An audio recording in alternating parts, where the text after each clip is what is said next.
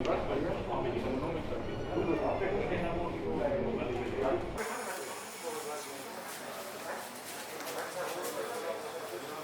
friends,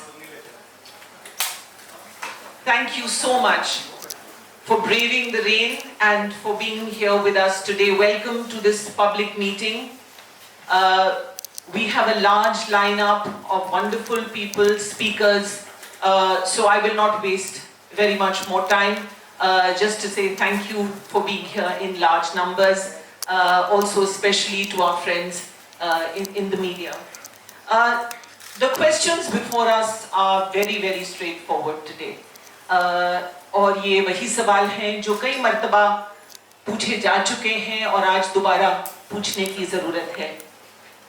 The question before us, number one, is: do the citizens of India, do all of us, each person in this room, do the citizens of India have the right to oppose their government, to oppose its policies, to oppose its laws, to oppose its views? क्या हिंदुस्तान के नागरिकों को आज की तारीख में ये पूरा अधिकार है कि हम अपनी सरकार का विरोध करें, मुखालिफत करें, चाहे उस सरकार की नीतियों का हो, सरकार के कानूनों का हो, सरकार के विचार का हो? Do we have that right? That is our first question. Or will we have to pay a heavy price? The kind of price that a bright young man, a PhD scholar, is paying with his freedom today. Umar Khalid. 1 साल हो चुका है उमर की कैद को. You know, it was exactly, some of you may remember, but it's good to refresh our minds. It was exactly a year ago today, on the 13th of September, that Umar Khalid was called in for questioning by the special cell of the Delhi police. After an entire day of interrogation, at night his lawyer came out and told the waiting friends and family that Umar will not come out. He had been arrested, and he was subsequently charged as a key conspirator for having caused the Delhi riots. That is one question. Is this the kind of price that an average citizen in India today will pay merely for the act of opposing the policies and the laws of their government? The second question is communalism. सांप्रदायिकता, communalisation, भेदभाव. हम सब शायद राजी होंगे कि सांप्रदायिकता या भेदभाव करना हमारे मुल्क की सोल, हमारे मुल्क की रिवायत, हिंदुस्तान की तारीख, हिंदुस्तान के भविष्य के लिए अच्छा नहीं है. And we oppose communalization everywhere. The increasing communalization, the bhed-bhav in our society, in our polity, we oppose that. And we must all oppose that. The question today is, what happens when the criminal justice system का एक बहुत मजबूत और बहुत जरूरी स्तंभ होता है हमारी investigating agencies. सवाल हमारे सामने ये है कि हमारे लोकतंत्र में, हमारी जमहूरियत में, हम सब के सामने क्या चुनौती है when a very important pillar that guards our rights and freedoms, your rights and freedoms, which is the criminal justice system and the investigating agencies, when they themselves reveal communal prejudice and communal bias. How then do citizens protect themselves?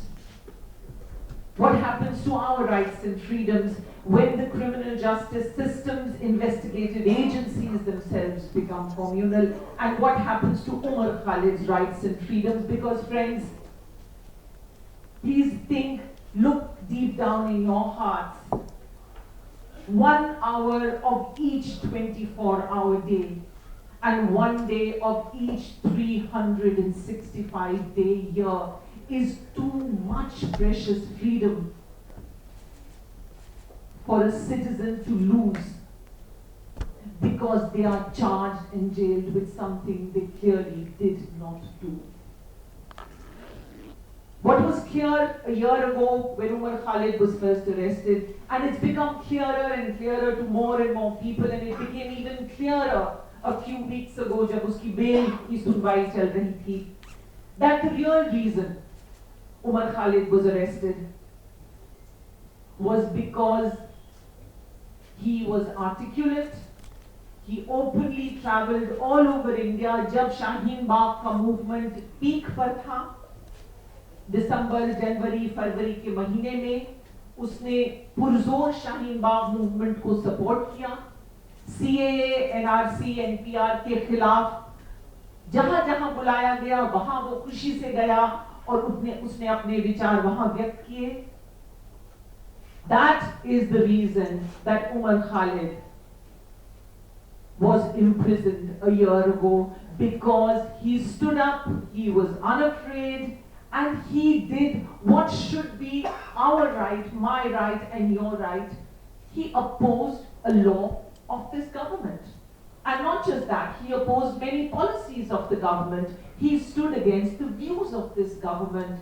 And that, as the last time any of us checked, was not a crime in the Democratic Republic of this country. So, I want to briefly share with you. Umar is behind bars today, but some images of this young man that will give you a sense of why he was arrested. Could you please play that video?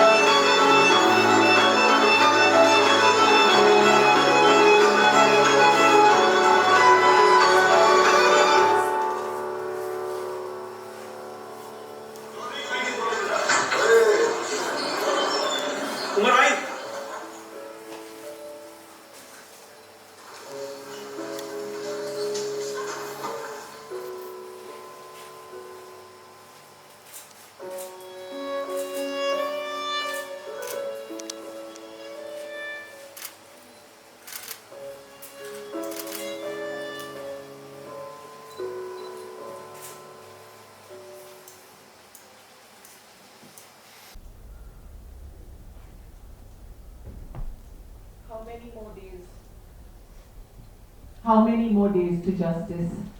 How many more days to freedom? We have today a range of speakers on this panel. We are expecting 2 more people to join us. So each of them, you will recognize most of them, they are valued thinkers, they are intellectuals, they are writers, they are parliamentarians. And each of them have deeply engaged with these questions of democracy, of justice. They have followed this particular tale of injustice also very closely.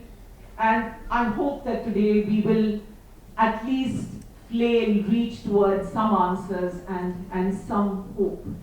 Each speaker will be given about 7 minutes, and we hope that we will have time for interventions from our friends who joined the public meeting and for questions from our dear friends in the media.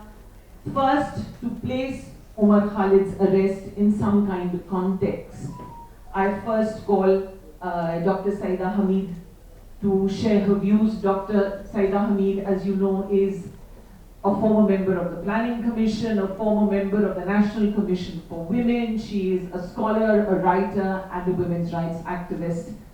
Saida ji, the floor is yours, please.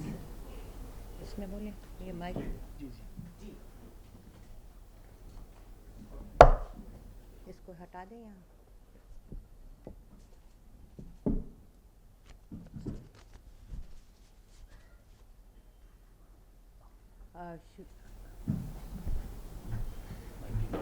हाथ में ले लें वो वाला ले जाता रहो कम कर रहा आप ऐसे कीजिए उससे।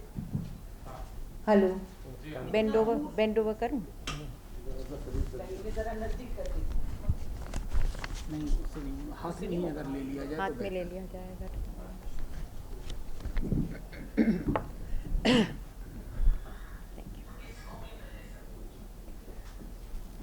शुक्रिया फराह और आप मेरे साथ बैठे हुए मेरे सारे साथी और दोस्त और सब इस पब्लिक मीटिंग में आप सब तशरीफ़ लाए। आपका बहुत बहुत शुक्रिया कि आप इस बहुत ज़रूरी एक मुद्दे पर इकट्ठे हुए हैं। उमर खालिद की नज़रबंदी को एक साल हो चुका है और उनका जुर्म सिर्फ एक था कि आईन को, कॉन्स्टिट्यूशन को, संविधान को उन्होंने अपहोल्ड किया।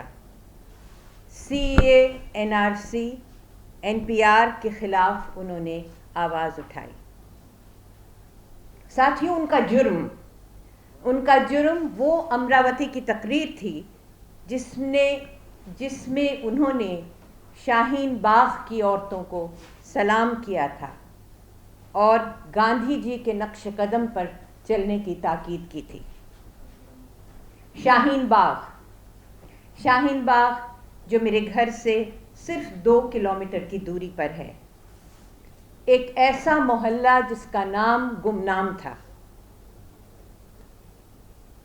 सलाम किया उन्होंने उस दादी, उस नानी को, उन बहनों और बेटियों को जो कभी घर से निकली नहीं थी।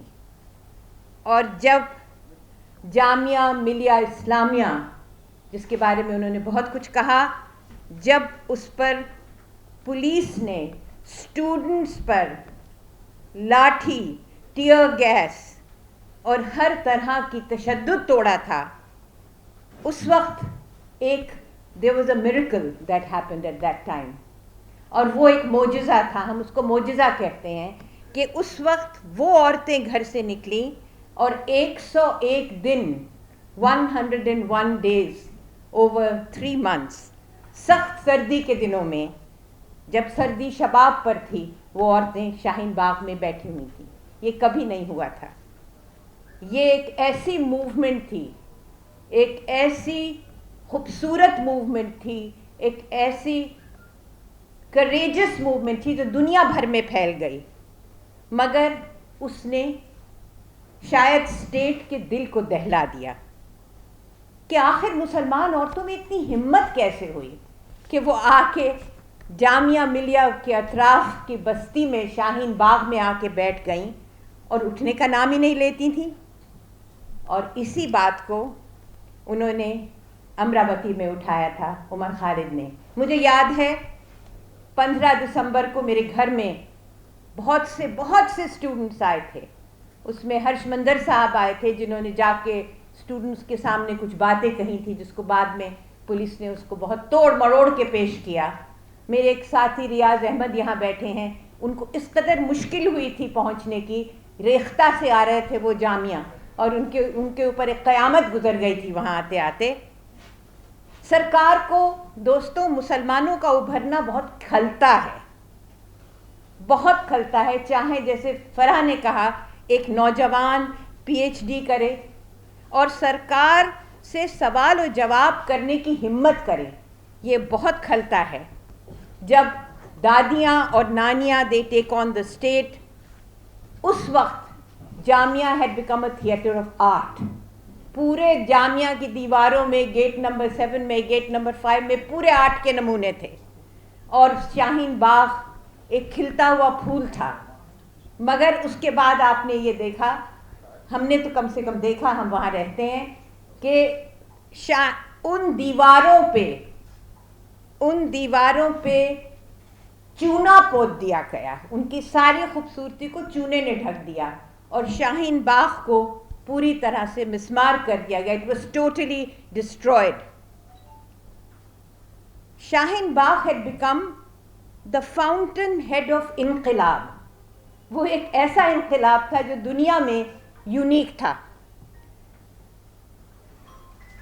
शाहीन बाग एक रात में, जैसे मैंने आपसे कहा, डिसमेंटल हो गया, और उमर खालिद अपने बहुत से साथियों, दोस्तों के साथ, students, men and women from all religions, across all religions, were taken into custody और charged for the sin। और इस जो उन्होंने गुनाह किया था, उसको मैं राहित इंदौरी के लफ्ज़ों में आपके सामने पेश करती हूँ। सुनिए, उन्हें जुनून के हर एक ज़बां पे ताला हो, उन्हें जुनून के हर एक ज़बां पे ताला हो। हमें ये फ़िक्र कि कोई भी बेज़बां न रहे, आप वाह वाह भी कह सकते हैं। उन्हें ये फ़िक्र कि कोई भी बेज़बान न रहे, तो ये फ़िक्र थी उमर खालिद को कि कोई बेज़बान न रहे। For the police it was the inversion of the perpetrator and victim, मतलब पलट गए थे परपेट्रेटर्स और विक्टिम्स। कपिल मिश्रा, राम भक्त गोपाल, कपिल गुज्जर एक तरफ, उमर खालिद, आसिफ इकबाल तन्हा, शर्जील इमाम, देवंगना, नताशा दूसरी तरफ। ये इन्वर्शन है, this is called the inversion of the perpetrator with the victim. और इसी पे एक और शेर हाजिर है, और वो ये है कि देखोगे तो हर मोड़ पे मिल जाएंगी लाशें। आप आंखें तो खोलिए, देखो तो हर एक मोड़ पे मिल जाएंगी लाशें, और ढूंढोगे तो इस शहर में कातिल न मिलेगा। कौन कातिल को ढूंढ सकता है? वो कातिल तो आपको कभी नहीं मिल सकता। उमर ने ये भी कहा कि एक लफ्ज़ था लिंचिंग।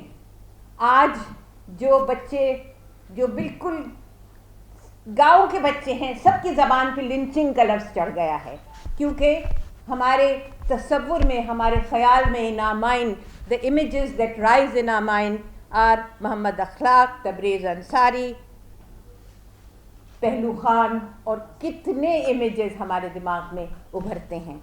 तो 7 मिनट के तो 45 सेकंड में मैं आपके सामने बस आखिर में एक, I want to recite to you one little stanza which to me encapsulates the struggle that Farah had presented before you। और इसको आप ज़रा गौर से सुनिए। गुलसिता को लहू की ज़रूरत पड़ी, गुलसिता मीन्स गार्डन, गुलसिता को लहू की ज़रूरत पड़ी, सबसे पहले ही गर्दन हमारी कटी। गुलसिता को लहू की ज़रूरत पड़ी, सबसे पहले ही गर्दन हमारी कटी, फिर भी कहते हैं हमसे ये अहले चमन, ये चमन है हमारा, तुम्हारा नहीं। और सुनिए, अब ये है, this is the norm what Farah had pointed out, कि जालिमों अपनी किस्मत पे नाजा न हो, जालिमों अपनी किस्मत पे नाजा न हो, दौर बदलेगा ये वक्त की बात है, दौर बदलेगा ये वक्त की बात है, वो यकीनन सुनेगा सदाएं मेरी, वो यकीनन सुनेगा सदाएं मेरी, क्या तुम्हारा खुदा है, हमारा नहीं? शुक्रिया। बहुत बहुत शुक्रिया सईदा जी। Your words were both true and hopeful, and for that we are all very grateful. Before our next speaker, actually, Saida has laid the ground for a short video that we want to share with you. Abhi haal mein, recently during Umar Khalid's bail hearing, this is what had transpired on the 23rd of August, as reported by Live Law, and many of you may have seen those reports. Apparently, a very key piece of evidence against Umar Khalid is, on which they base their claim that he was a conspirator of the Delhi violence, is a speech that Saida ji has referred to in Amravati on the 17th of February. The court, during the bail hearing, naturally asked for the footage of this speech because Delhi police का case is speech पर आधारित है कि ये speech दिखाता है। मेरी आवाज आ रही है, जा रही है?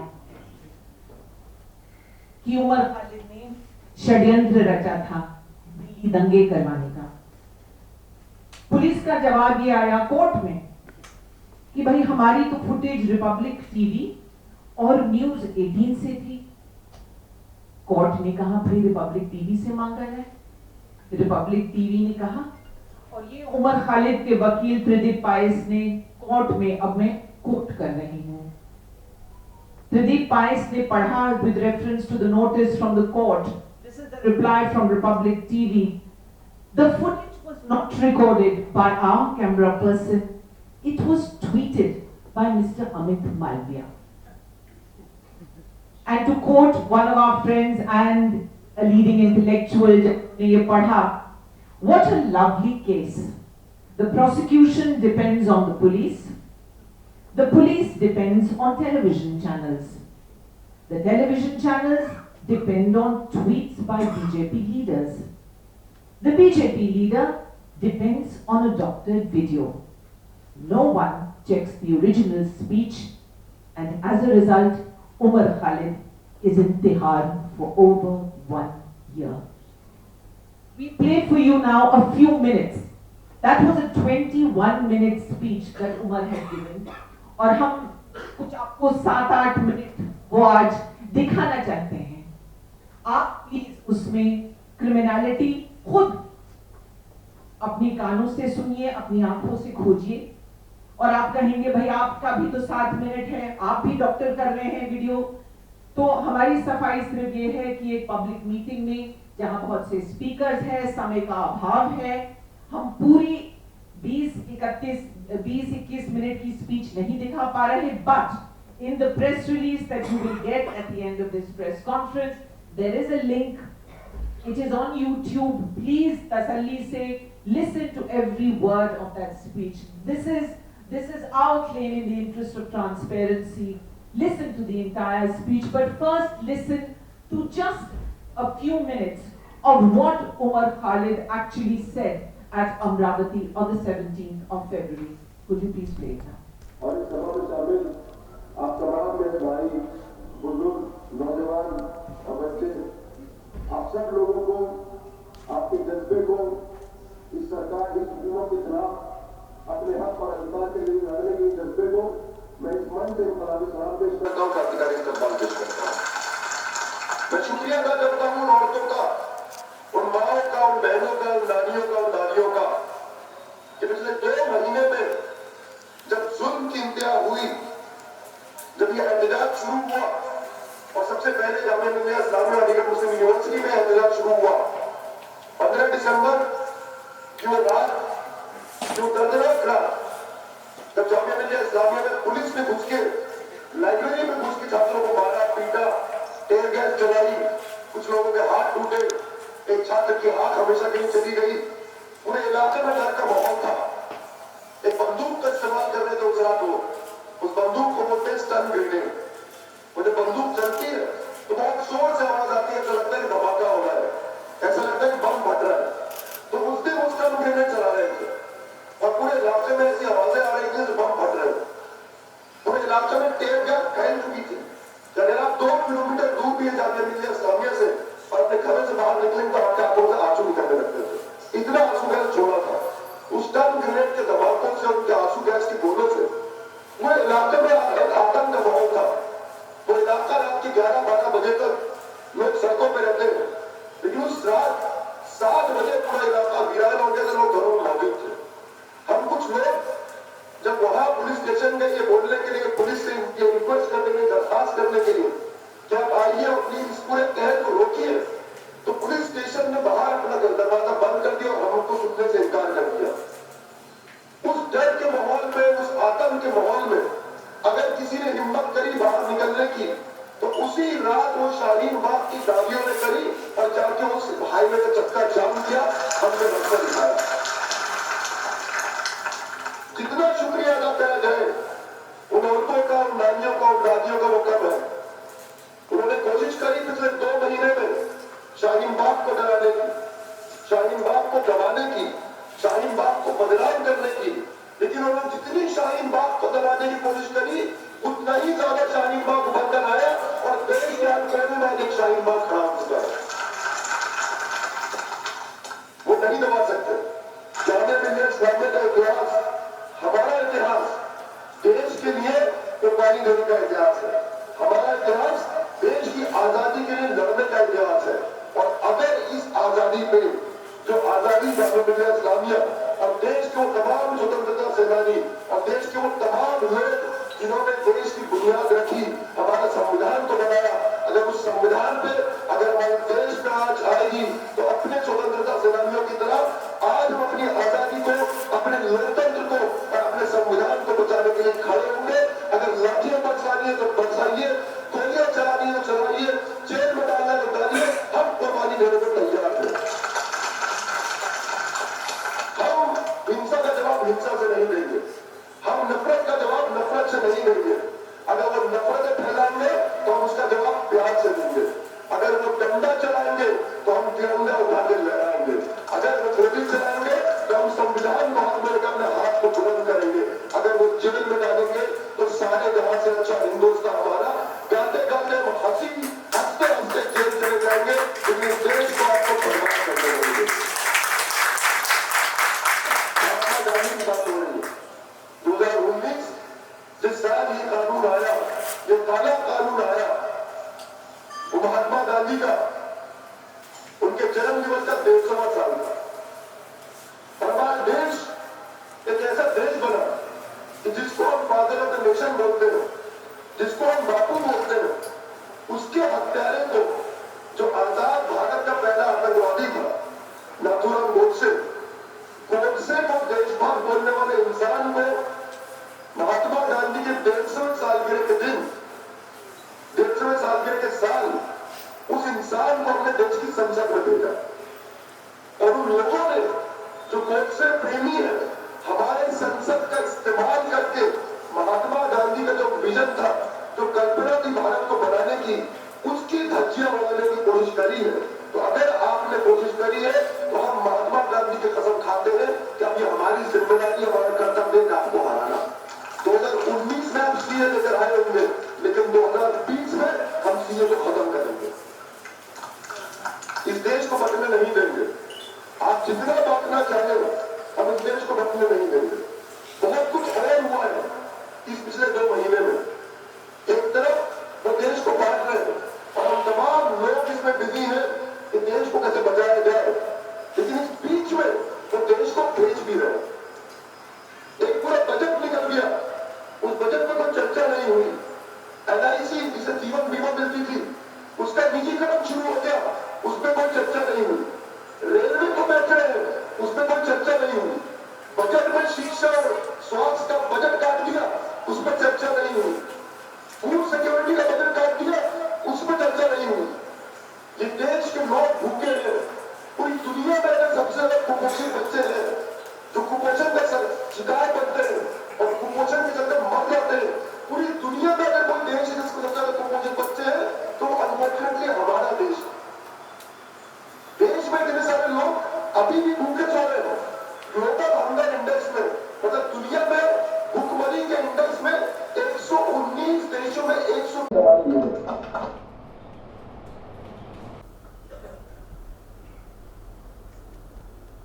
Thank you for listening patiently. It was a long section, but कोशिश ये थी कि उमर की स्पीच का ये एक नौजवान जिसने बात की महात्मा गांधी की, बात की कुपोषण की, विकास की, एकता की, मॉब लिंचिंग के खिलाफ बात की, और इस स्पीच का एक टुकड़ा, दिस इज, हमने आपको जो प्ले किया है वो तो करीब 8-9 मिनट है, पूरी स्पीच 21 मिनट्स की है, लेकिन जो अमित मालविया जी ने ट्वीट किया वो 42 सेकंड्स का ट्वीट था, और अब मैं चाहती हूं कि वो इस स्पीच का वो 42 सेकंड अंश वो भी आप लोग जरा सुन लीजिए।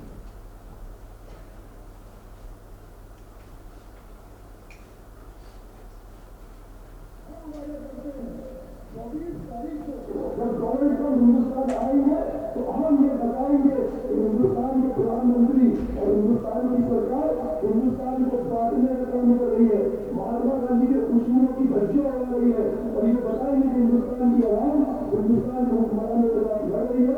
अगर हिंदुस्तान को हुक्मरान देश को बांटना चाहते हैं तो हिंदुस्तान की आवाम देश को छोड़ने के लिए तैयार है। हम तमाम लोग सड़कों पर निकल जाएंगे, आप लोग निकल जाएंगे। बहुत बहुत शुक्रिया। जाते जाते उसे एक बात बोलूंगा, ये लड़ाई लंबी है, 50 दिन से लड़े, कभी मायूस मत होइएगा। अब इतना सा ट्वीट और इस ट्वीट के साथ जो अमित मालविया जी के शब्द थे, the text of his tweet, I want to read out to you. This was on the 2nd of March 2020 that Mr. Amit Malviya, the head of the BJP IT cell, tweeted the following, along with the clip that you just heard.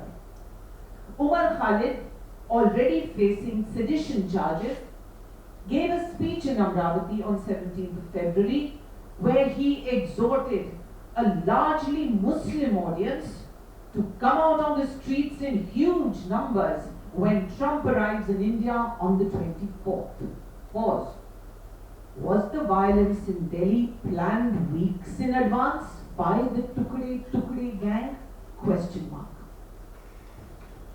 A man, Umar Khalid, is now in jail under a terror law, and this is the nature of the evidence against him. A doctored video, a whole lot of innuendo, and blatant communal bias. I mean, what does Mr. Malviya mean by a largely Muslim audience was exhorted?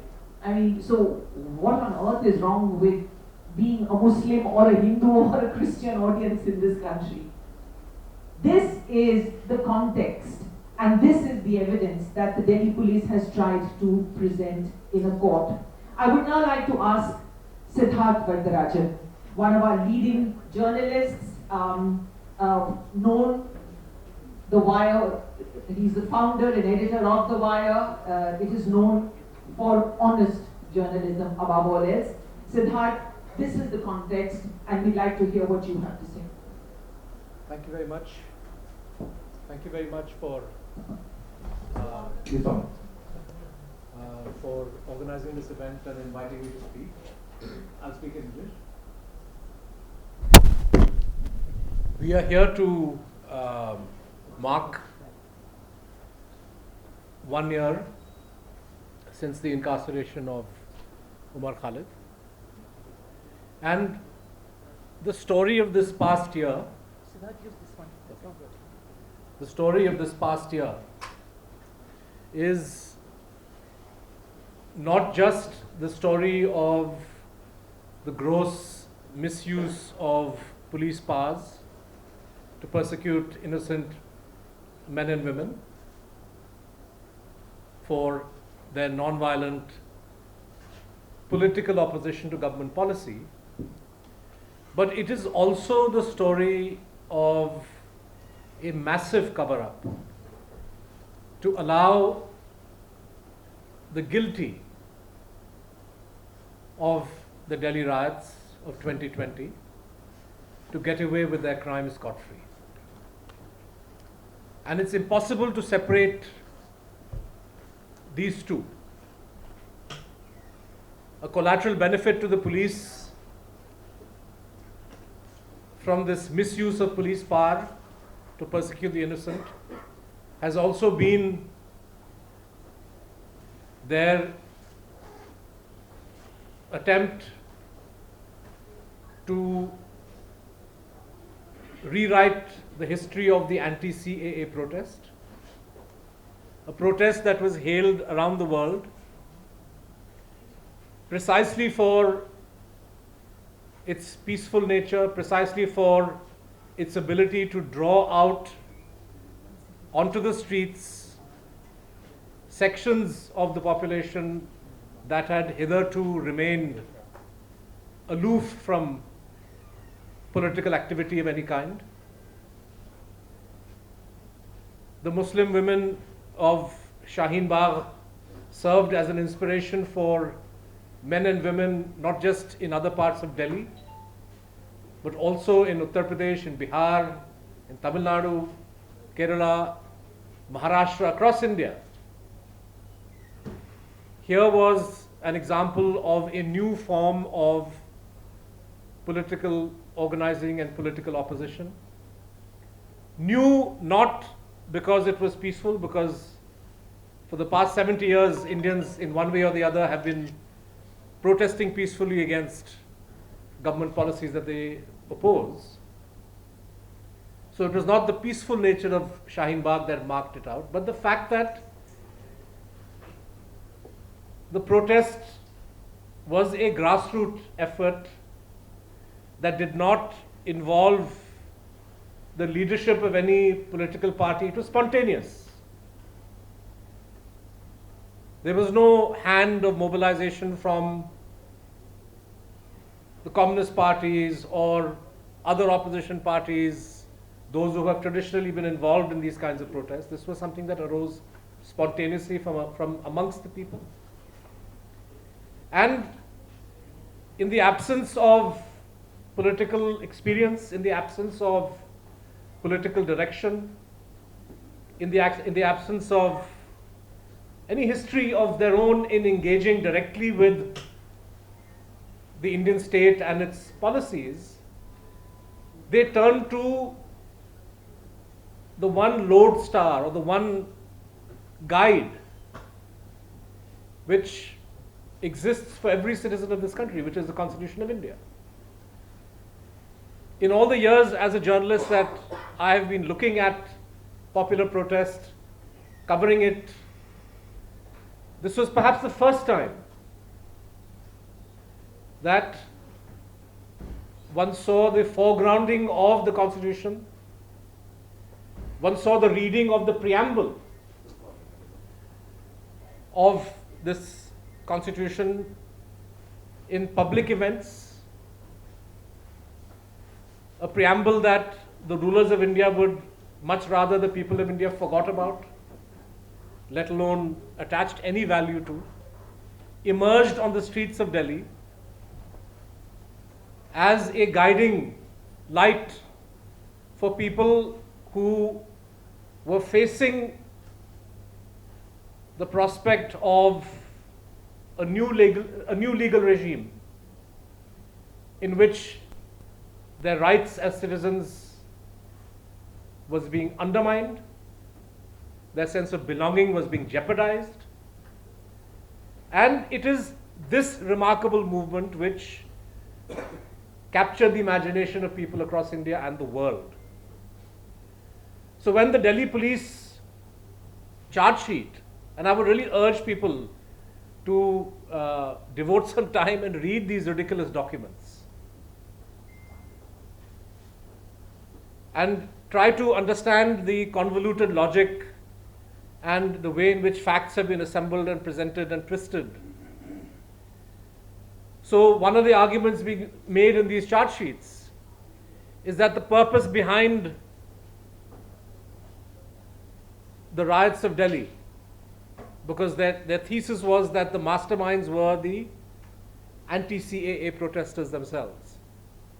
And the reason they chose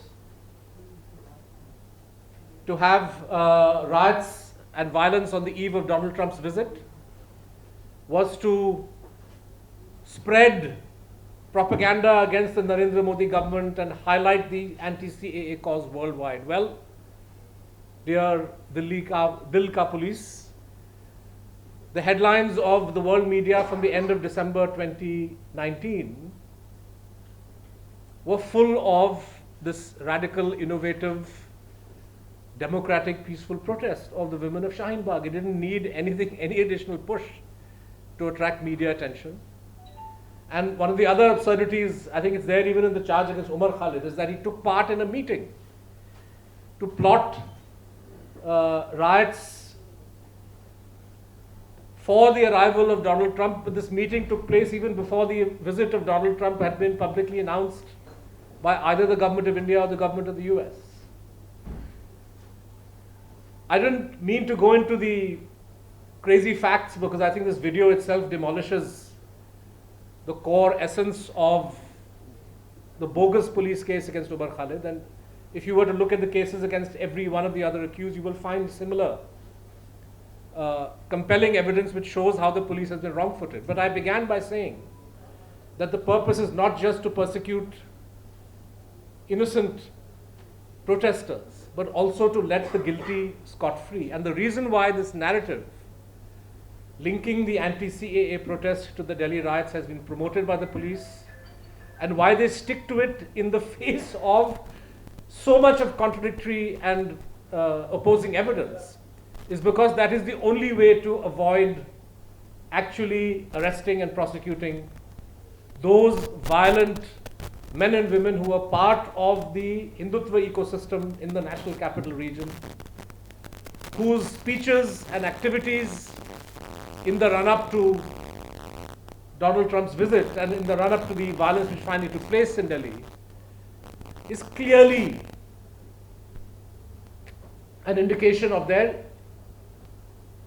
conspiracy to target the Muslims of Delhi and teach them a lesson for the anti-CAA protest. And so the refusal of the police to even look at the evidence. The Wire did an investigation last year where we highlighted some of these speeches and showed all these activities. The police is not interested, and even when they are compelled to act, and this will be my final point, Umar Khalid can be arrested on the basis of bogus evidence, where the speech we see is 180 degrees opposite to what is alleged that he said. He can be charged under the UAPA where he does not get bail. But Hindutva activists who in the streets of Delhi call for genocide of Muslims get identified and prosecuted, or get identified and arrested after after 1 day of public outrage, and then charged with ridiculous sections which allow them to get bail pretty quickly. And at every turn, if you look at the way in which the law enforcement system in Delhi is working, you see how the actual organizers or conspirators of communalism, of violence, are being given a free pass. So even as we urge the speedy release of Umar Khalid, we should bear in mind that the other side of this coin is equally important, because we mustn't lose sight of the fact that the actual guilty of the Delhi killings are all roaming around scot-free. And you cannot have one, which is the persecution of the innocent, without the other. Thank you.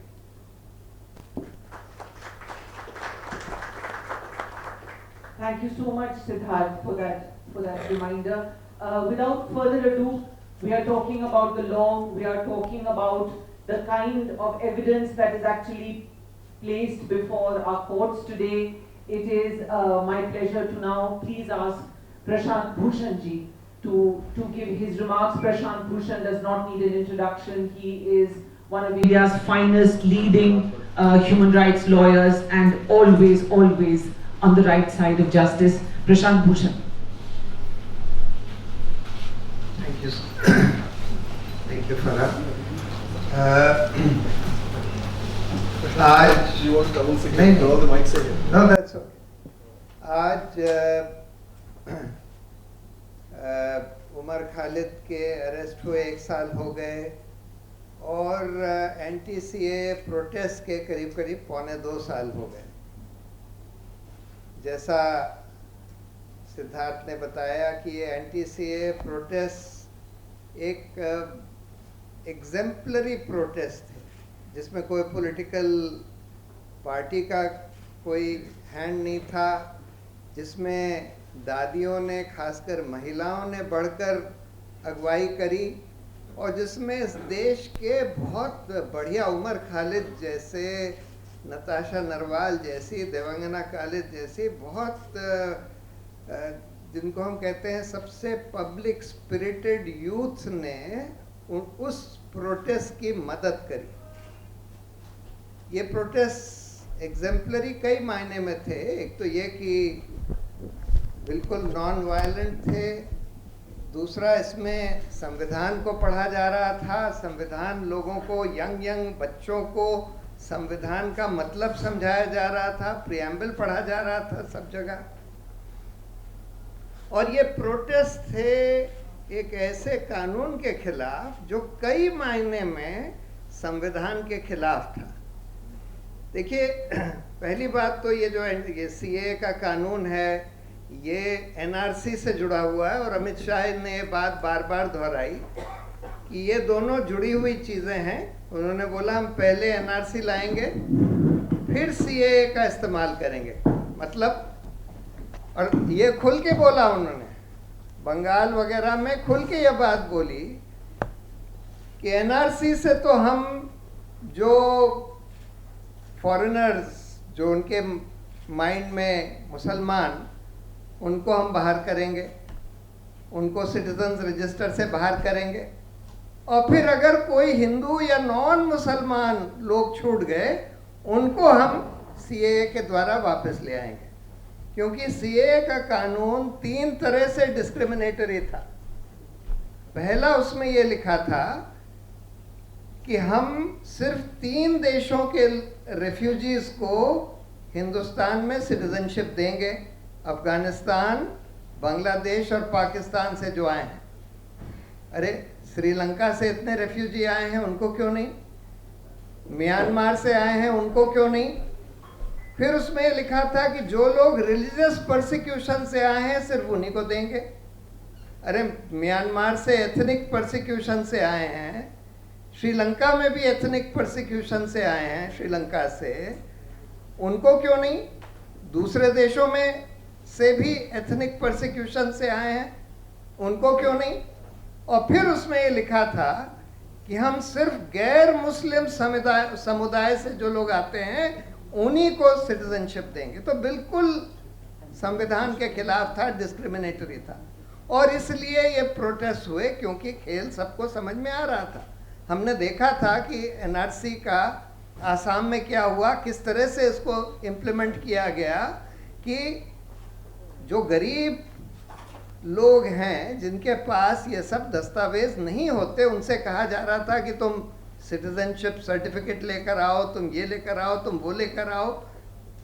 कितने लोगों के पास वो सब documents होते हैं, और इस वजह से बहुत सारे लोग उससे छूट गए।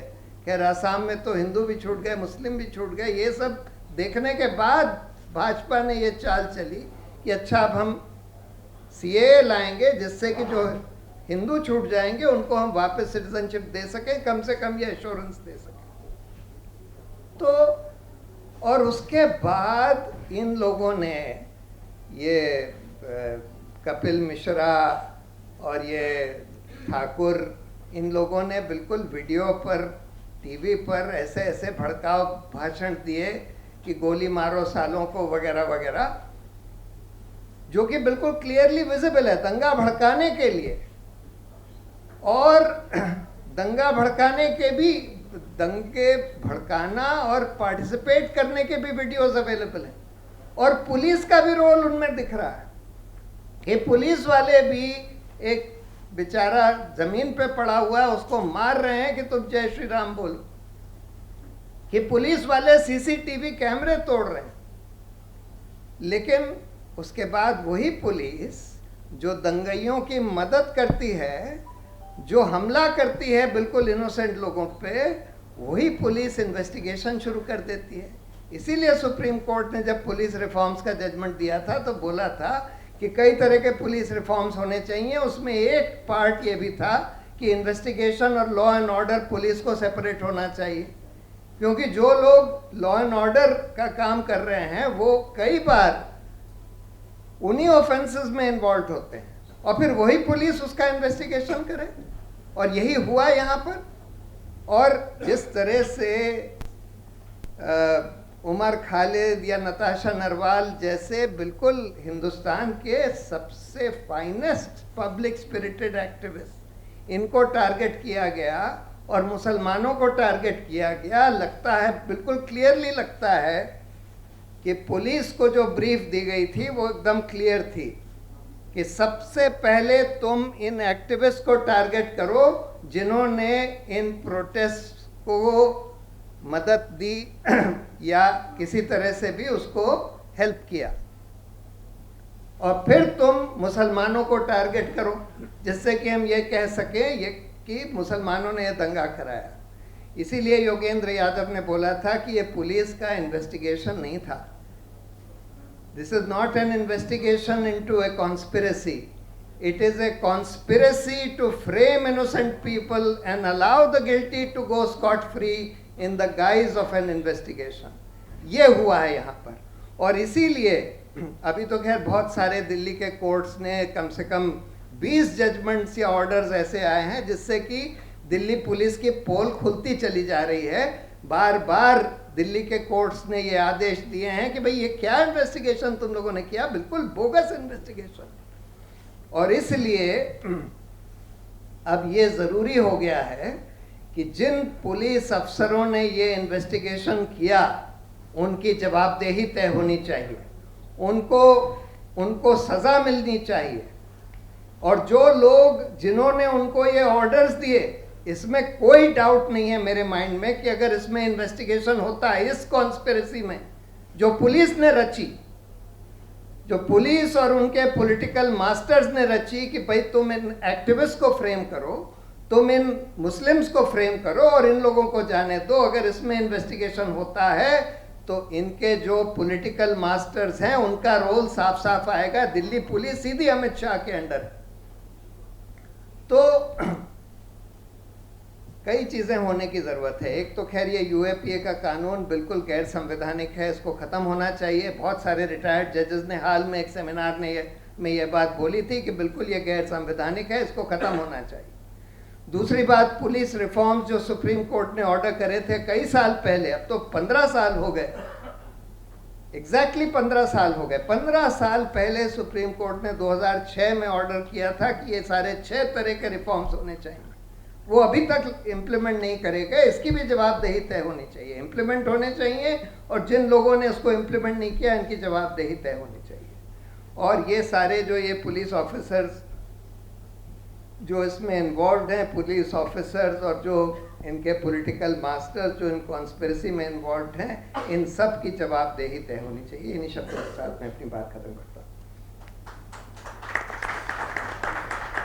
बहुत बहुत शुक्रिया Prashant ji for putting the focus on the police very squarely and on the changes that we need to make as a democracy on that. Prashant ji ने एक और बात कही कि हाल ही में लगभग 20 और 20 से शायद कुछ ज़्यादा लोअर कोर्ट्स के ऑर्डर्स आए हैं जो एक प्रश्न चिन्ह उठाते हैं इस पूरी तहकीकात, इस पूरी इन्वेस्टिगेशन पर। क्या इससे कोई उम्मीद की किरण नजर आती है? उमर खालिद जैसे नौजवान, या उसके साथ जो जेल में अब तक उनके नाम भी हमने नहीं लिए, खालिद सैफी हैं, इशरत जहां है, Gulfisha Fatima, young MBA student, young woman, और ऐसे बहुत से लोग हैं। मैं चाहूंगी जफरुल इस्लाम खान साहब, आप आज उमर की गिरफ्तारी के 1 साल पर, और जो बाकी स्पीकर्स ने कहा और जो कोर्ट्स के कुछ आदेश पूरी तहकीकात, इस पूरी इन्वेस्टिगेशन पर we would like your views on that, sir. Zafar Islam Khan again does not need an introduction. He is a very senior person of the community. He is the former chairperson of the Delhi Minority Commission until very, very recently. And he was the chairperson, a very active chairperson during the worst of the Delhi riots. Zafrul Islam Khan साहब please. जी फिरा जी, बहुत शुक्रिया आपका। जी,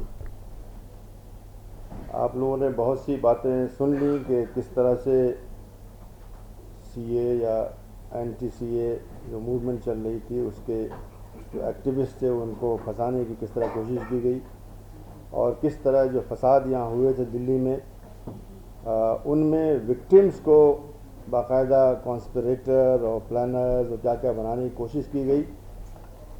और इस सिलसिले में मैं चूँकि उस वक्त कमीशन का चेयरमैन था तो मैंने पहले दिन से ये बात पुलिस को लिखना शुरू की। मेरे ख्याल में मैंने कुछ नहीं तो 8-10 नोटिस उनको भेजे हुए हैं जिनका किसी का उन्होंने जवाब नहीं दिया। उनको कैसेट्स भेजे, उनको मतलब सीडीज़ भेजे हैं, उनको URLs भेजे हैं, उनको पूरा यानी बहुत तफसील से भेजा है, फ़ोटोज़ भेजे हैं लिंचिंग के वगैरह जो भी हुए थे, लेकिन उन्होंने किसी चीज़ का जवाब नहीं दिया। फिर हमने एक कमेटी बनाई जो कि वाहिद कमेटी थी जिसको कि ऑफिशियल एक स्टेटस हासिल था। उस कमेटी के साथ दिल्ली पुलिस ने बिल्कुल कोऑपरेट नहीं किया। सबको हमने लिखा था, चाहे वो DCP हो, चाहे वो पुलिस कमिश्नर हो, चाहे वो SHOs हों, सबको हमने लिखा था, लेकिन किसी ने बिल्कुल कुछ भी कोऑपरेट नहीं किया उन्होंने।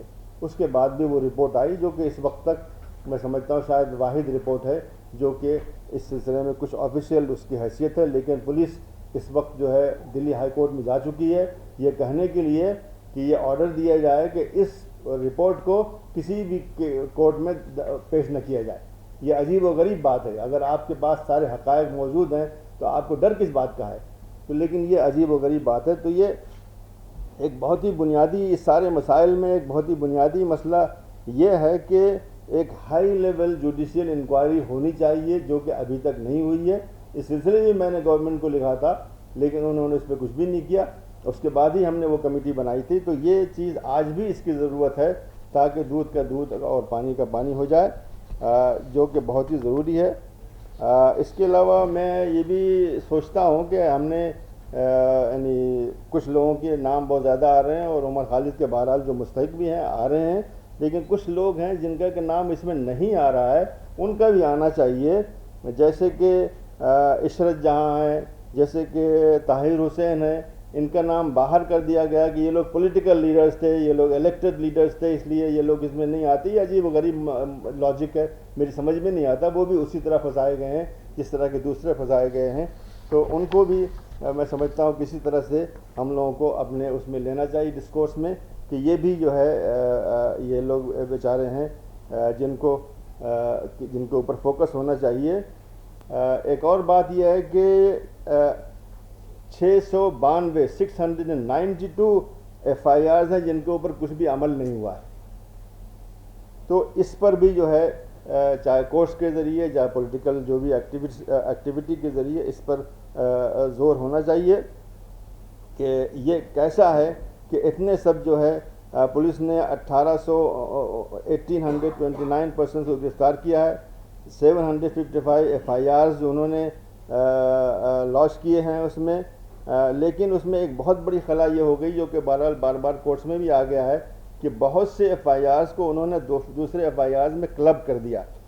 तो अब वो उसके न इन्वेस्टिगेशन सही होगा ना उसका जो कोई अदालत में उस पर कार्रवाई सही हो सकती है, इसलिए कि बहुत से अलग अलग केसेस हैं, अलग अलग लोग हैं, सबको उन्होंने एक ही केस में डाल दिया जो कि जानबूझ के किया गया ताकि उन केसेस की हैसियत ही ख़त्म हो जाए और एक ही केस वहाँ सामने रहे।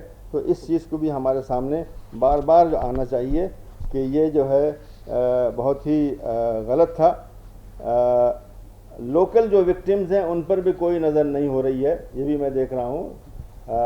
जो हो रहा है बिल्कुल ठीक हो रहा है, लेकिन जो लोकल विक्टिम्स थे उन पर नज़र भी होनी चाहिए उन पे, इसलिए कि वो नैरेटिव से तकरीबन बाहर आ गए हैं जैसे कि उनको वो कुछ हुआ नहीं। हालांकि सबसे बड़ा जो जुल्म हुआ है, जो उनको जाने गई हैं, जो घर गए हैं, जो दुकानें वर्कशॉप या क्या सब जलाए गए हैं, वो वहीं लोकल के लोग हैं। उनको भी जो है और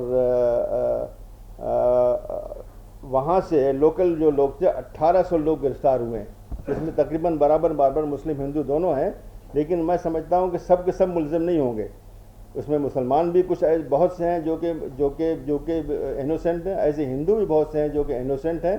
तो ऐसे लोगों पर भी कुछ फोकस होना चाहिए और चाहे कोर्ट्स में, चाहे जिस तरह से भी हो, कि हम जो है वो सब पूरी एक पिक्चर हमारे सामने आए, कि वो जो लोकल नैरेटिव वो भी सामने आए। या 1800 जो लोग हैं अभी जो हम बात कर रहे हैं, जो यूपीए में गिरफ्तार हुए हैं, वो तकरीबन 25 लोग हैं या 24 लोग हैं, इसमें से 5 को भी बेल मिली हुई है और बाकी को नहीं मिली है। बिल्कुल उस पर होना चाहिए, बल्कि ज़्यादा मशहूर केस यही हो गया। लेकिन उसके अलावा बहुत ज़्यादा केस हैं जो कि इसी से इन्वॉल्व हैं। शायद अगर हमारी उस पर कोई तवज्जो नहीं होगी तो वो भूल जाएंगे और बड़ी आसानी से उनको जो भी सज़ाएं दिलवाना है वो दिलवा पाएंगे उसको। मैं एक दूसरी बहुत अहम बात यह है, उसकी तरफ अभी यहाँ इशारा भी किया गया है, कि जब ये सब हो रहा है, इतने लोगों को इम्प्लिकेट कर दिया गया है, तो जो असल जो क्रिमिनल्स थे वो बाहर हैं। कपिल मिश्रा की तकरीर से शुरू हुआ था, बल्कि उससे पहले हो गया था, लेकिन ज़्यादा बड़ा जो है कपिल मिश्रा ने जो 23 तारीख को तकरीर की, 23 फरवरी को, उससे फ़ौरन भड़का है वो। उनको कुछ भी नहीं किया गया है। ऐसी मुस्तफ़ाबाद से एक्स एमएलए जो हैं बीजेपी के, मिस्टर जगदीश प्रधान, इनको कुछ भी नहीं किया गया है। दिल्ली बीजेपी के वाइस प्रेसिडेंट मिस्टर कुलवंत बात, इन्हें कुछ नहीं किया गया है। बीजेपी एमएलए करावल नगर, उनको भी कुछ नहीं किया गया है। मिस्टर मोहन सिंह बिट्स को, BJP MLA from Uttar Pradesh Nand Kishore Gurjar, इन्हें कुछ नहीं किया गया है। बीजेपी काउंसलर कन्हैया लाल को कुछ नहीं किया गया है। हिंदुत्व लीडर एक रागिनी तिवारी, जिसके बहुत से आपने वीडियो देखे होंगे, कुछ भी नहीं किया गया है। तो ये चीज़ें ऐसी हैं जो कि इनको आना चाहिए, लेकिन ये चीज़ें नहीं आई हुई हैं। ये तो इसके बारे में था, लेकिन एक चूँकि मेरा वक्त ख़त्म हो गया है, सिर्फ ज़रा सा इशारा कर दूं कि हमारे मुल्क में जो बहुत बड़ा मसला जिसकी वजह से ये सब होता है, वो सब जो ब्लैक लॉज हैं, जो कि अंग्रेज़ों के ज़माने से आए थे, वो बहुत पहले से आए थे, लेकिन रॉलेट एक्ट है और कौन कौन सा एक्ट है, उसके बाद फिर आज़ादी के ज़माने में बहुत से एक्ट्स आए। मेरे पास तो बड़ी लंबी लिस्ट इसके साथ पेश की कि हर स्टेट ने अजीब अजीब कानून बनाए हुए हैं। वो कानून अगर सही इस्तेमाल हो तो किसी को परेशानी नहीं है, लेकिन सब मिसयूज़ होते हैं और पॉलिटिकल स्कोर्स को सेटल करने के लिए इस्तेमाल होते हैं, अपने अमोरेंट्स के ख़िलाफ़ होते हैं। तो हमको इन सारे ब्लैक लॉज जो हैं, चाहे वो जो यूएपीए हो, बहरहाल जिसको कि हमारे अफसोस है कि कांग्रेस सरकार ने इस पर आई थी कि इसको हम पोटा को ख़त्म करेंगे, और आकर के उसने उससे ख़तरनाक लॉ बना दिया। तो इन सब लॉज को जाना चाहिए, ये भी हमारा एक बहुत ही बुनियादी मुतालबा होना चाहिए, वरना ये जो खेल हो रहा है ये चलता रहेगा। शुक्रिया। बहुत बहुत शुक्रिया जफर साहब for putting the focus back on the fact that people like Umar Khalid Sethi, Ishrat Jahan, Tahir Hussain, Gulfisha Fatima and Lambeed Ferris, this is all part of the same cycle, and the justice for the victims of the Delhi riots is part. Unless we complete the loop, we cannot complete the loop of justice. It is now a pleasure. I want to now ask Shri Manoj Jha, one of our most articulate and erudite parliamentarians, and we're very proud and pleased that he is here today to share his views. Manoj Jha. शुक्रिया फरहा जी। एक announcement में housekeeping पहले कर दूं। I had made my commitment to her request that I shall speak at the last. Meanwhile, I received a message that you have to reach somewhere at 5:15. तो मैं कतार तोड़ करके बीच में आया। शुक्रिया फरहा जी, शुक्रिया मेरे सारे जो को पैनलिस्ट हैं, शुक्रिया उन तमाम लोगों का जो इस हॉल में हैं, और मैं जानता हूँ हज़ारों लोग हैं जो इसको अलग अलग मीडियम से देख रहे होंगे। उमर के लिए, मीरान हैदर के लिए, खालिद के लिए, इशरत के लिए, तमाम उन लोगों के जिनका मैं नाम नहीं ले पा रहा हूँ। I dedicate whatever little I am going to say in solidarity with my friends to all those heroes whose names don't figure out but they are our heroes. इस मुश्किल दौर में आपको हीरो के लिए फिल्मों में हीरो नहीं मिलेंगे, आपको इन्हीं में हीरो मिलेगा जो आज आपके लिए उन चीज़ों के लिए सजा काट रहे हैं जिनमें उन्होंने कोई गुनाह ही नहीं किया।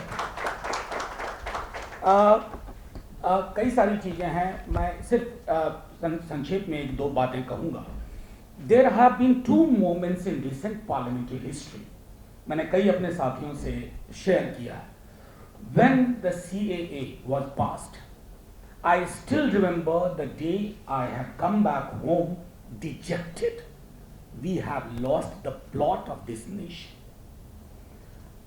Second was when the farm laws, not only with the content or the intent or the manner in which they were passed, that was second moment I felt further low. But thanks to the people of this country, not to any political party, they gave hope to Parliament, which was made defunct on both the occasions. The government was not willing to listen to. You all remember those days. What Shaheen Bagh did? Shaheen Bagh को मतलब एक मैं समझता हूं कि क्या कहते हैं सर, आप तो हिंदी के हैं, सर्वनाम से वो जातिवाचक संज्ञा हो जाना होता है ना, कि नाम संज्ञा हो गया पूरे देश में। शाहीन बाग, शाहीन बाग, शाहीन बाग। मुश्किल सरकार की स्थिति कि वो शाहीन बाग से डील नहीं कर सकते थे, हाँ उसको डेमोनाइज कर सकते थे, और उसके लिए उन्होंने तरीका निकाला, जिसमें उमर खालिद की अमरावती की स्पीच आपने सुनी। आपको बताऊं, उमर गिरफ्तारी से पहले, और ये जो प्रशांत भाई कह रहे थे कॉन्स्पिरेसी वाली बात, हम दोनों बिहार से एक साथ एक ही फ्लाइट में आए। वो कहीं और गए थे बिहार में सीएए के लिए प्रोटेस्ट में, और मैं कहीं और था। हम लोगों ने बातें भी की, और मैं समझता हूं जितने भी लोगों से मैं उस दौर में जेएनयू के मिला, उसमें he was one of those brightest on contaminated mind. आप उस आदमी पर आरोप लगा रहे हैं, और वैसे सैकड़ों लोगों पे, मीरान हैदर हमारे साथ काम करता था, रिलीफ का काम कर रहा था, अपने उसको यूएपीए जैसी चीज में अंदर किया हुआ। तो बहरहाल मैं सिर्फ इतना कहना चाहता हूं कि इस मुल्क में कुछ चीजें बीते दिनों में हुई हैं। आज एक छोटा वाकया पहले शेयर करूं। एक साहब हैं, उनका पूरा वैश्विक दर्शन मठ का है, लेकिन उत्तर प्रदेश उनके हाथ में आ गया नारियल की तरह। तो मैंने किसी बात पे कहा कि अगर मदर ऑफ टेररिज्म की बात होगी तो जरा उमर ने कहा था, मैंने कहा who was the first terrorist in independent India. अब उसकी पेरेंटेज पता करो ना, कि नाथुराम गोडसे की पेरेंटेज क्या थी, ideological parentage I, not the biological parent, वो पता करिए। मुझे दुख के साथ ये कहना पड़ रहा है कि मेरी टाइमलाइन पे बहुत कम लोगों ने इस बात के पक्ष में कि ये सच है। ज्यादातर लोग ये कहते रहे कि फर्क करना सीखिए, नाथुराम गोडसे टेररिस्ट नहीं था। और मुझे कुछ लोगों ने तो उसमें जो पुलिस के लोग हैं मुझे ज्ञान भी दे रहे हैं कि टेररिस्ट को डिफाइन करने में आपसे गलती हो रही है, there is a difference between assassin and terrorist. बहरहाल मैं वो प्रशांत भाई डील करेंगे वो। मैं सिर्फ इतना कहना चाहता हूं कि कुछ तो बदला है हमारे देश में, और वो बदला सिर्फ इसलिए है कि पॉलिटिकल पार्टीज ने भी कमोबेश, और मैं कहना चाहता हूं साफ खुल करके, you can not defeat this kind of politics of this regime by becoming photocopy of that regime. ये नहीं होगा, दोनों चीजें नहीं हो सकती है कि मैं वहां मत्था टेक करके वही बातें बोलूंगा, लेकिन जुबान थोड़ी अलग होगी। No, people want a clear cut position. That clarity can only come if the civil society puts pressure on it. और मैं जानता हूं जब सीए शाहीन बाग मूवमेंट, मैं उसको सीए के अलावा शाहीन बाग मूवमेंट ही कहूंगा, जब पूरे उफान पे था, कई पॉलिटिकल पार्टीज को लग रहा था कि हमने गलती कर दी, हम क्यों नहीं दिख रहे हैं। वो पैदा करना होगा, और मैं समझता हूं कि वो हम पैदा कर सकते हैं। दूसरी चीज जो बहुत अनफॉर्चुनेट हुई और जिसको भी हमने होने दिया, पहले मैं खुद यूनिवर्सिटी में जो एक टॉपिक पढ़ाता हूं, state political economy and governance, वहां मैं क्लास में बताता था कि nation, state and its government are 3 different entities. वो फर्क खत्म हो गया। मतलब तुर्रा ये कि मैं रेलवे के प्राइवेटाइजेशन के खिलाफ बोलूं तो मुझ पे आप एंटी नेशनल का आरोप लगा दोगे। वो बेचारे पत्रकार महोदय, उन्होंने 6 महीने पहले कह दिया था कि विजय रूपाणी जाने वाले हैं, उनको सेडिशन में आपने डाल दिया। अब क्या करोगे, सेडिशन किस पे होना चाहिए। और मैं तो कहूँगा ऑन लाइटर वे, हालात ऐसे पैदा हो गए ना कि अगर उमर दंगे प्लान कर सकता, एग्जीक्यूट कर सकता, तो चीफ मिनिस्टर होता, जेल में नहीं होता। आजकल रिवॉर्ड सिस्टम बदला हुआ है। फाइनली एक चीज मैं जरूर कहूंगा, हम अद्भुत मुल्क है। प्रशांत जी, जब 4 जजों ने प्रेस कॉन्फ्रेंस की थी, हमें लगा था कि क्रांति की शुरुआत हो रही है। 18 ईस्वी में हमें लगा कि ये जेपी मूवमेंट आ रहा है। कितने बेवकूफ निकले हम, कितने गधे निकले। हमारी समझ, हम मूलतः एक बुत परस्त मुल्क है। एक मूर्ति चाहिए हमें तुरंत, अरे फलाना ये हमारा उद्धार करेंगे। आपने देख लिया, और अभी भी मैं देख रहा हूं जुडिशियरी में, चाहे वो माननीय सुप्रीम कोर्ट के चीफ जस्टिस हो, अदर जजेस हो, what you speak in a seminar should get reflected in your judgment, otherwise no. That's not how we look at judiciary and expectations from the judiciary. Lower courts have done significantly well. And एक geography के हमारे teacher कहते थे कि higher you go cooler we feel. तो आजकल मैं देखता हूं कि lower you go in terms of judiciary cooler you feel. ये फर्क आया है, इस फर्क को भी खत्म करने की जरूरत है। Thank you very much Faraz ji, thank you very much everybody. In solidarity let's dedicate once again to all those unsung heroes of our times. They shall be out and दौर बदलेगा ये। शुक्रिया, जय हिंद। बहुत बहुत धन्यवाद मनोज झा साहब, for words as always articulate, very passionate and from your heart। और आपने हमें एक ओपनिंग, मनोज झा साहब ने जिक्र किया शाहीन बाग सीए प्रोटेस्ट और फार्म लॉज का, and that is what I want to come to now, is कि एक तरफ सीए के कानून पास हुआ और दूसरी तरफ फार्म लॉज पास हुए, और जिस तरह से शाहीन बाग और सीए के विरोध के मूवमेंट को क्रिमिनलाइज किया गया, जिस तरह से चार्जशीट्स कम्युनलाइज्ड होकर के पेश आने लगी, ठीक उसी तरह जब हमारे किसानों ने किसान कानूनों के खिलाफ विरोध प्रदर्शन शुरू किया तो कम्युनलाइजेशन तब भी हुई। खालिस्तानी आ गए, नहीं टेररिस्ट आ गए, ये सब हुआ था। मेरा सौभाग्य है, I want to invite Jasbir Kaur ji, ये फार्मर्स मूवमेंट में एक महिला नेता के रूप में काम कर रही हैं और ये इस पहलू पर कुछ रोशनी डालेंगी। जसबीर कौर जी। सबको मेरी तरफ से सत श्री अकाल। आज निर्दोष उमर खालिद को अरेस्ट हुए पूरा 1 साल हो गया, तो मैं कहूँगी कि उसके खिलाफ जो आज बोला जा रहा है, प्रेस कॉन्फ्रेंस की जा रही है, तो जो जितने भी लोग निर्दोष विरोधी आवाज़ें थी तो उस पर सेडिशन चार्जेस लगा के, यूएपी लगा के जिनको जेल में बंद रखा हुआ है, सबके लिए ही ये आवाज़ है। ये तो मैं पहले कहना चाहती हूँ।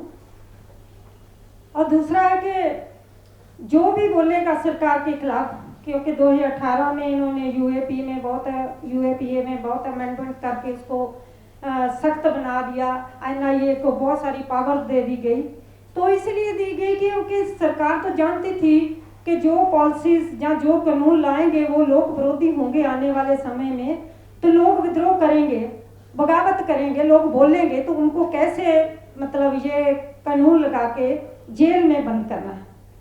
तो मैं क्योंकि 9.5 महीने हो गए हमको दिल्ली के बॉर्डर्स पर बैठे हुए, 2 महीने लगभग हम पंजाब में भी इन कानूनों को रीअपील करने के लिए जो खेती के खिलाफ कानून बनाए गए हैं, किसान विरोधी कानून, उनको रीअपील करने के लिए, तो जैसे बहन जी ने बताया कि हमको भी अत्यावादी, खालिस्तानी, मतलब दंगई, माओवादी कई कुछ कह के उन्होंने बदनाम करने की कोशिश की। और ऐसा भी नहीं है कि देखिए 9.5 महीने से अलग अलग आइडियोलॉजी वाले लोग, लगभग 32 संगठन हम पंजाब के हैं और पूरे देश के 500 के लगभग संगठन हैं जो उसमें जुड़े हुए हैं, और सब के सब रल के हम आइडियोलॉजी को भूल के कि एक ही हमारा मिशन है कि ये कानून रद्द करवाने हैं, तो बहुत शांतिपूर्वक तरीके से हम चला रहे हैं। सरकार ने बहुत कोशिश की कि इनके जो आंदोलन है इसको डीरेल किया जाए, इसमें दंगे करवाए जाएं। मैं आमतौर पर टिकरी बॉर्डर पे ही हूँ उस दिन से, मैं घर भी नहीं गई 9.5 महीने से, और वहाँ भी एक इनका मतलब टोली जिनको बोल सकते हैं दंगे करने के लिए आई थी, तो लेकिन हमने भी तैयारी कर रखी थी, हमने वॉलंटियर लगा रखे थे, तो हमने उनको भगा दिया। तो ऐसे उनकी हिम्मत दोबारा तो नहीं पड़ी कि सीधे सीधे आके वो ऐसे कर ले। तो ऐसे ही जब सिटीजन बिल आया था तो उसके खिलाफ जैसे मतलब शाहीन बाग में आंदोलन चल रहा था, उसको पहले बदनाम करने की बहुत कोशिश की गई और उमर खालिद जैसे लोग जो हैं उनकी सपोर्ट करते थे। तो कैसे मैं कहूँगी, जैसे पहले भी मेरे से पहले भी आवाज़ आई कि कपिल मिश्रा जो दोषी हैं सीधे सीधे तौर पे, पुलिस के अफसर दोषी हैं, उनको जेल में होना चाहिए था। तो हमारे लिए ये बहुत दुख से कहना पड़ता है कि जो दंगई होते हैं, जो दंगा करते हैं, जैसे पहले भी उन्होंने बोला कि वो चीफ मिनिस्टर हो सकता था उमर खालिद अगर वो दंगे करता, तो हम देखते हैं कि जो दंगई हैं, जो तड़ी पार है, वो हमारे पर बैठे हैं, वो राज कर रहे हैं। तो ये मैं कह सकती हूँ कि देश में कोई इंसाफ की बात नहीं है। थोड़ी थोड़ी जैसे उम्मीद की किरण आने लगी है कि जैसे वो क्या नताशा नरवाल को जब जमानत मिली तो हाई कोर्ट ने कहा कि भारत की डेमोक्रेसी की जो दीवारें इतनी कमज़ोर नहीं है कि यहाँ के स्टूडेंट्स अपनी मांगों के लिए लड़ें और ये डगमगा जाए। तो ये थोड़ा हमें सुकून मिलने वाली बात है। तो मैं ये कहूँगी कि देखो सरकार तो ये करेगी, क्योंकि जो फासिज्म किस्म की सरकार हमारे ऊपर बैठी है, ये सब करेगी।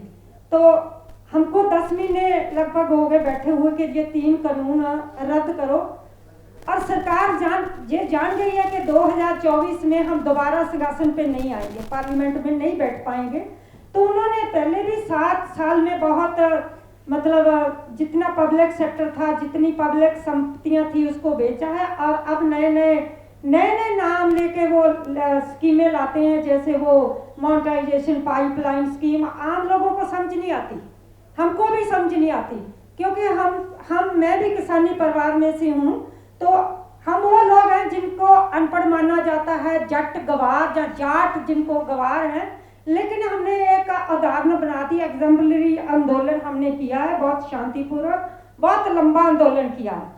हमारा ये प्रण भी है कि जब तक ये कानून रिपील नहीं होंगे, रद्द नहीं होंगे, हम बिल्कुल वापस नहीं जाएंगे, चाहे सरकार कुछ भी कर ले।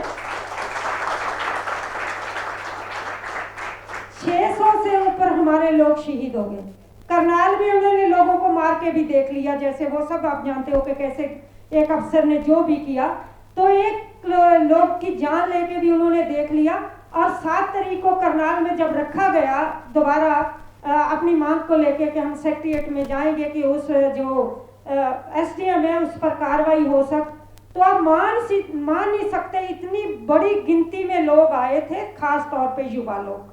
तो सब लोग, बहुत सारे लोग ये बात समझ गए हैं कि अगर देश को बचाना है तो इकट्ठे होकर लड़ना होगा। और मैं आज की ये प्रेस कॉन्फ्रेंस में भी ये कहूँगी कि देश को बचाने के लिए किसान, मजदूर, या बेरोजगार लोग हैं, या एम्प्लॉयर्स हैं, जितने भी लोग हैं, स्टूडेंट्स हैं, क्योंकि सबको तो इन्होंने प्राइवेट कर दिया, शिक्षा नीति का क्या ला रहे हैं, रोजगार का क्या हाल है, ये सब हम जानते हैं। और जितना कुछ थोड़ा बहुत बचा भी है देश में, जहाँ कुदरती संस्थान जितने बचे हैं, उनको भी सेल पर इन्होंने लगा रखा है। तो मैं तो कहूँगी कि देश को बचाने के लिए हमको सबको एकमुठ होना पड़ेगा और एकजुट होकर इस लड़ाई को तेज करना होगा। और ये जो कानून बनाए गए हैं UAPA वगैरह, इनको सबको खत्म करवाना होगा। ये आवाज़ हमको उठानी पड़ेगी। और क्योंकि मैं पंजाब से हूँ और बहुत से पंजाब के लोग भी हैं जिनको निर्दोष लोगों को जेल में 25-25 साल हो गए बैठे हुए, उनको जेलों में बैठे हुए, अब तक उनको बाहर नहीं निकाला जा रहा। तो मैं ये मांग करूंगी कि जितने भी पॉलिटिकल आधार पे लोगों को जेल में या सजा दे के उनको बंद कर रखा है, उन सबको रिहा किया जाए। सभी का धन्यवाद।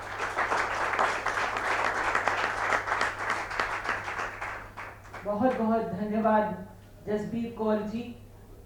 आपने जिस जोश से, आपकी ऊर्जा हम सबको प्रेरणा देती है, और ये एकता का जो संदेश आप लेकर के आए हैं, मैं शायद दावे के साथ कह सकती हूँ कि जिस तरह आज आप इस मंच पर उमर खालिद और उस जैसे कई नौजवानों के लिए जो किसान आंदोलन खड़ा है, मैं दावे के साथ कहती हूँ कि इनमें से कोई भी निकलता, उमर खालिद, खालिद सैफी, मीरान हैदर, ये लोग आपके साथ टिकरी बॉर्डर पर आज खड़े होते।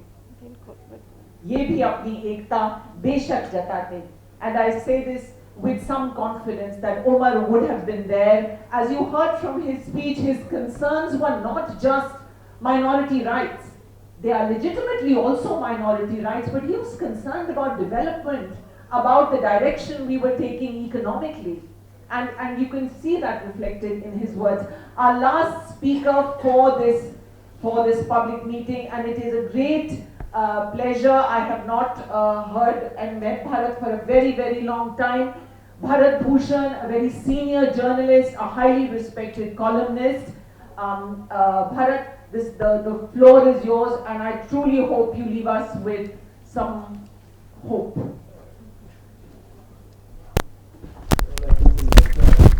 The advantage of being the last speaker is that you don't have to repeat everything about Umar Khalid. The basic question I would like to ask and understand is, why is Umar Khalid in jail, and why is Anurag Thakur a minister? Why is Umar Khalid, why doesn't he get bail? And why does Kapil Mishra roam around free? I don't think the answers are as simple as we think. It's not good enough to say one is BJP, one is anti-BJP, that the perpetrators are roaming free while the innocent are in jail. No. I think you have to understand, first of all, the nature of the regime that we live under. We live under an authoritarian state, increasingly authoritarian. And the entry point of authoritarianism for the BJP government is communalism. Authoritarianism can have different entry points in different social settings, but in India, as of now, the current form of authoritarianism, the entry point is communalism. This authoritarianism, although an elected one, has been shaped over several decades by a mother organization of its ideology, that is the RSS.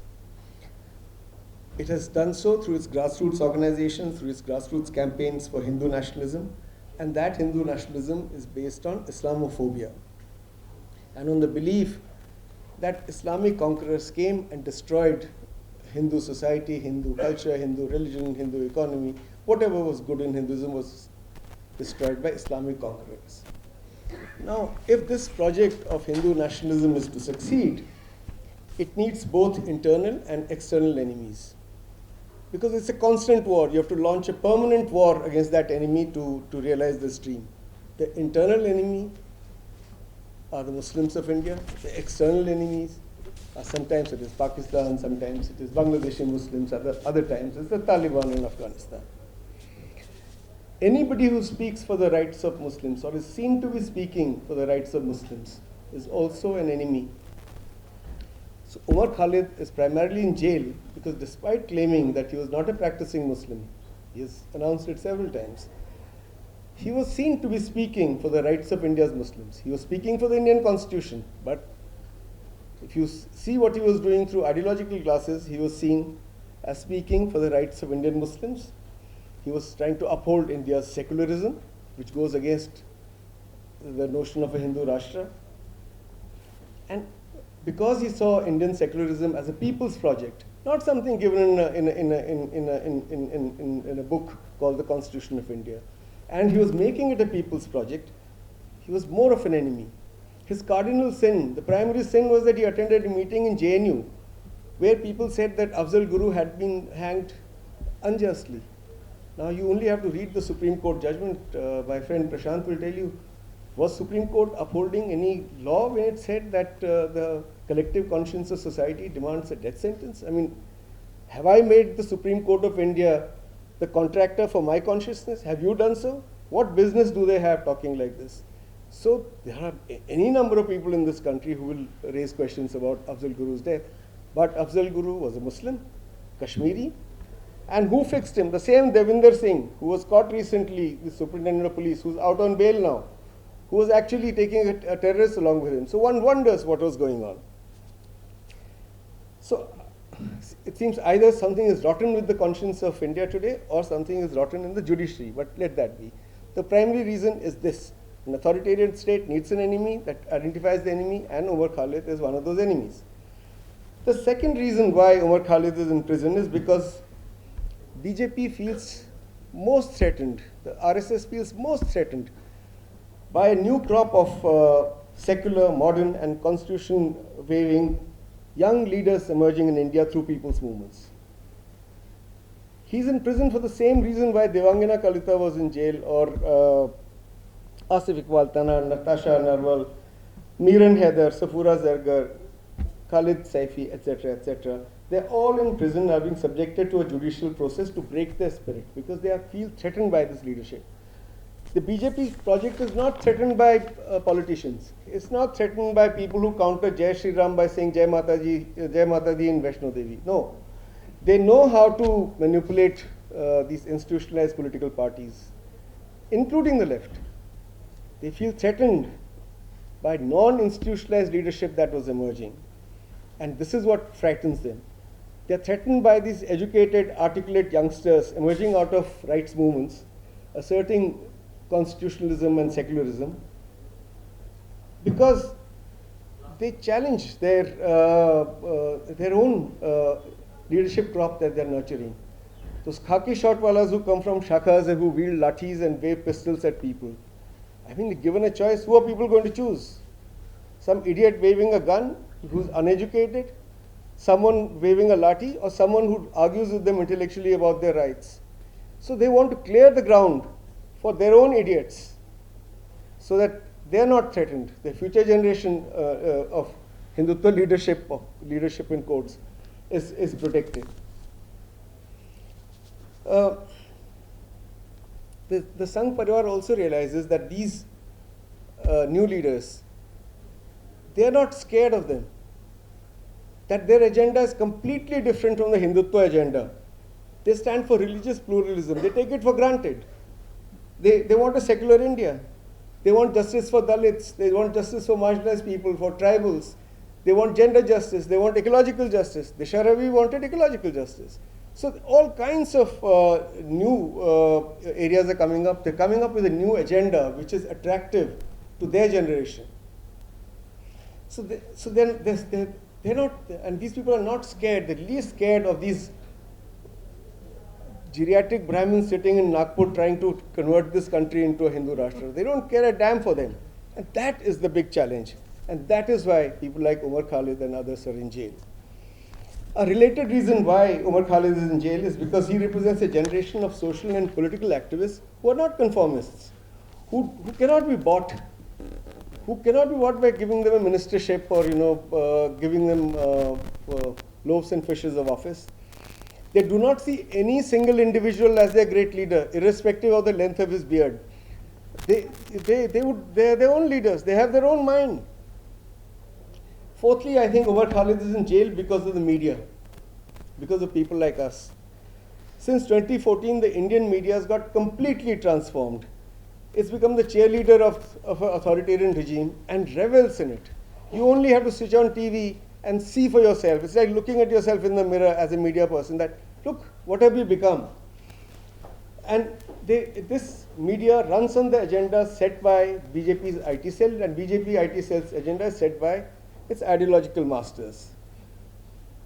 And so BJP and its authoritarian government wants complete hegemony. They control the media, and the media was complicit, as you've seen yourself, how a speech was doctored by BJP IT cell, telecast by Republic and News 18, used by the police as if it was gospel truth, and used in the charge sheet, and Umar Khalid was put in jail. Lastly, Umar Khalid is in jail, I think, because after consolidating state power, this regime has also communalized all the institutions of democracy that we used to rely on. Now, can you say today that I'll go to the police and report you because you said you are forcing me to say Jai Shri Ram? The policeman will jail you instead of writing your complaint. The police has been compromised.